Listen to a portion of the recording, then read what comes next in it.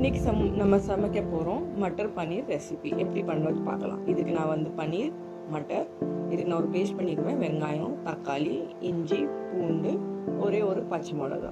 இது நம்ம எல்லாத்தையுமே ஒரேடியாக நம்ம அரைக்க போகிறோங்க. இது நம்ம நல்லா அரைச்சிட்டு நல்லா இதோட ஒரு பேஸ்ட் பண்ணிப்போம். இந்த மசாலா தான் நம்ம மட்டர் பன்னீருக்கு நம்ம யூஸ் பண்ண போகிறோம். இதுக்கப்புறம் நம்ம எந்த மாதிரி மசாலா அரைக்காது நடக்கிற வரையில் இது ஒரு நான் சிம்பிளாகவே முடிச்சுக்குவேன். இதை நம்ம ஒரு நல்லா அரிசி நான் ஒரு பேஸ்ட் பண்ணிக்கிறேன். இன்னும் நான் வந்து கடையில் வந்து 2-3 டேபிள் ஸ்பூன் எண்ணெய் சேர்த்துக்கிறேன். எண்ணெய் இல்லாமல் நீங்கள் பட்டர் கூட சேர்த்துக்கலாம். பட் நான் இதில் எண்ணெய் சேர்த்துக்கிறேன். இதில் வந்து 2 பிரியாணி இலை, 1/2 டேபிள் ஸ்பூன் சீரகம் சேர்த்துக்குவோம். இதில் எல்லாம் பொரிஞ்சி வந்தோன்னே இந்த டைமில் நான் ஆல்ரெடி பேஸ்ட் பண்ண மசாலா இதில் நான் சேர்த்துக்குவேங்க.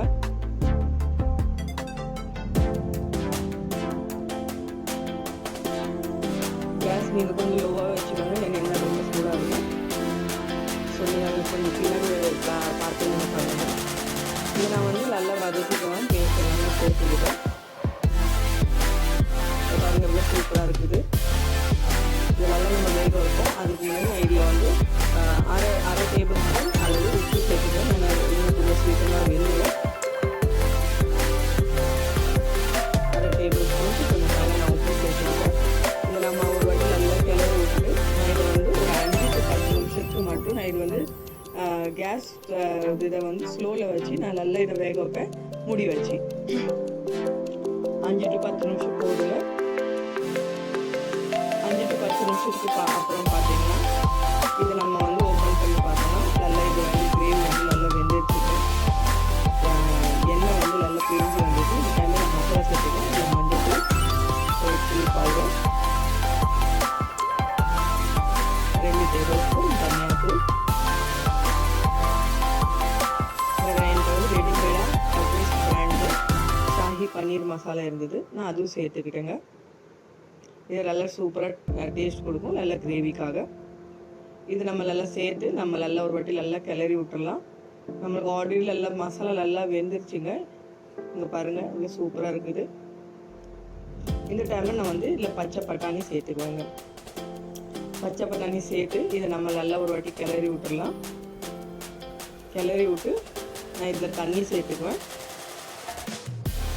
உங்களுக்கு எவ்வளோ கிரேவி வேணுமோ அந்த அளவுக்கு நீங்கள் தண்ணி சேர்த்துக்கோங்க. நான் அதே மசாலா ஜார்லேயே மிக்சியில் அந்த ஜாரில் நான் தண்ணி சேர்த்துக்கிட்டேன். பார்த்தீங்கன்னா நல்லா இது வந்து ஒரு கொதிக்கணும். அது வரைக்கும் நான் இதில் வந்து மூடி வச்சு இதை நான் ஒரு 5 நிமிஷத்துக்கு வேக வைப்பேன். இப்போ பார்த்தீங்கன்னா இது வந்து நம்மளுக்கு நல்லா வெந்துருச்சு, கொதி வந்துருச்சு. இல்லை பாருங்கள் எண்ணெய்லாம் நல்லா பிரிஞ்சு வந்துருச்சு. இந்த டைமில் பார்த்தீங்கன்னா நான் இதில் வந்து பன்னீர் சேர்த்துக்குவேன். பன்னீர் சேர்த்து இதில் நல்லா ஒரு வாட்டி நல்லா மிக்ஸ் பண்ணிக்குவேன். திருப்பி கொஞ்ச நேரம் நான் இது வந்து ஒரு 5 நிமிஷத்துக்கு மட்டும் நான் இதை மூடி வச்சு நல்லா வேக வைப்பேன்.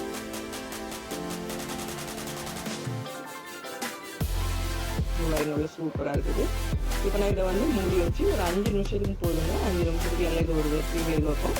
இந்த டைமில் பார்த்தீங்கன்னா ஓப்பன் பண்ணி பார்த்தீங்கன்னா நல்லா நம்மளுக்கு தேவையான கிரேவி கெட்டியாகிடுச்சு. எல்லாமே நம்மளுக்கு சாஃப்டாக நல்லா சூப்பராக வெந்துருச்சு. இந்த டைமில் நான் வந்து இதில் வந்து கஸ்தூரி மேத்தி சேர்த்துக்குவேன் ஃப்ரெஷ் பண்ணி. நீங்கள் மறக்காமல் சப்பாத்தியோட பரோட்டாவோட நீங்கள் சூப்பராக சாப்பிடலாம் சுட சுட. ரெசிபி பிடிச்சிருந்துச்சுன்னா கமெண்ட் பண்ணுங்கள், ஷேர் பண்ணுங்கள், லைக் பண்ணுங்கள்.